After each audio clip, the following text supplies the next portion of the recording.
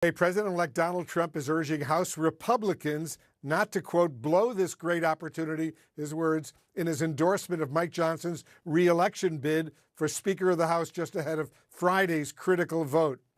Let's discuss all of this with CNN's Kristen Holmes. She's doing some late-minute reporting on what's going on. How much of a big deal is this Trump endorsement, Kristen, for Johnson? Well, it's still somewhat of a big deal, even though we are hearing House members say that despite this endorsement, they are not going to vote for Mike Johnson, or it doesn't push them over the edge when it comes to Mike Johnson.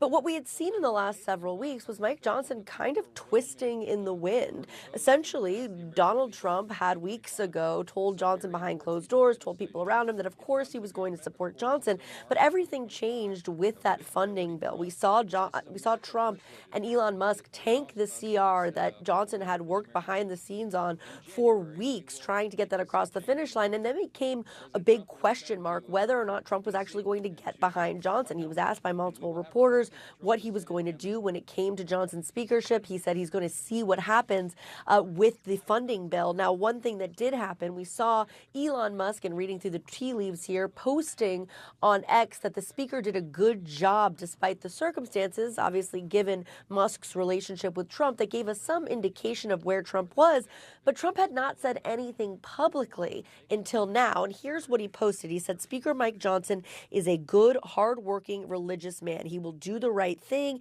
and we will continue to win. Mike has my complete and total endorsement, MAGA. So one thing is clear. This is a good thing for Speaker Johnson, but that doesn't necessarily dictate the outcome, particularly, as I said, we've already seen some of these House members say that they adore President Trump, that they want to work with President Trump, but that's not going to change their opinion on Johnson. Interesting. All right. Thanks very much. A quick follow question, Kristen, before I let you go. Trump is siding with Elon Musk on the sensitive issue of H-1B visas, an issue that is clearly dividing his MAGA supporters. Today, Steve Bannon weighed in, escalating the feud. Talk a little bit about that. Yeah, it has really gotten to be a deep divide here, and it shows you how difficult immigration is going to be, one of the top issues for Donald Trump and Republicans as he takes office in January. Now, here's what Donald Trump said to the New York Post when it came to this back and forth over these immigration visas. He said, I've always liked the visas. I have always been in favor of the visas. That's why we have them. I have many H-1B visas on my properties. I've been a believer in H-1B. Now, Elon Musk is also a believer in H-1B visas. These are visas for high-tech, educated, skilled workers that much of Silicon Valley relies on. A lot of the people around Elon Musk, David Sachs, for example, another person who Donald Trump is close to, they are all in support of this, but Donald Trump's hardliners on immigration, like Steve Bannon, they are not. So it was interesting to see how this plays out, but I would pretty much put money on the fact that I don't think this is the last time we're going to hear about this, Wolf. I suspect you're actually right. Kristen Holmes, thank you very, very much. I want to turn now to CNN senior political commentator Scott Jennings for his analysis. Here's Republican Congressman Tim Burchett, who is undecided on the speaker vote earlier today on Fox. Listen to this. I'll make up my mind Friday or so when we do the votes. I'll pray about it. I'll talk to the speaker some. I might talk to the president.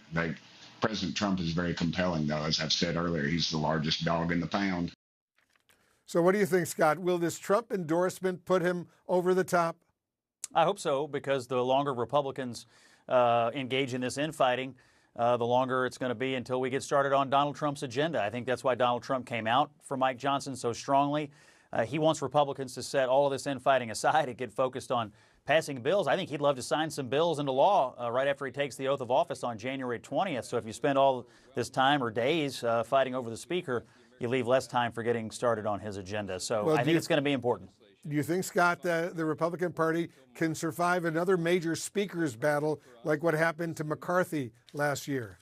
I mean, the party can survive it. It's just why do we need to think about having to survive something when we have an obvious option here? Mike Johnson has done a good job. Look, anytime the numbers are this close, it's going to be a very difficult job, and there are things that aren't going to go smoothly every single time, and we just have to accept that. Johnson's done a good job. The president trusts him. The president won the election, and a lot of Republicans won because of Donald Trump and the agenda he put forward. So what Donald Trump is saying is, get me a speaker that I trust and that I can work with so we can begin to pass my agenda. ought to be a good enough reason for any member of the House Republican Conference. We've got a very closely divided House. The only way to move anything forward here is to have teamwork, to stick together. Republicans need to start that process with the Speaker's vote. I want to turn to the very sensitive issue of the H-1B visa debate within MAGA world, Scott. Trump now says H-1B visas are great, but here's MAGA loyalist Steve Bannon. Listen to this.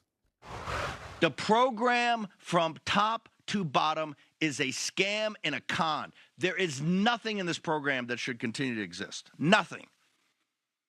The workers are here on this should be deported as soon as the 15 million that we're going to start deporting on the afternoon of the 20th of January. Deport them now.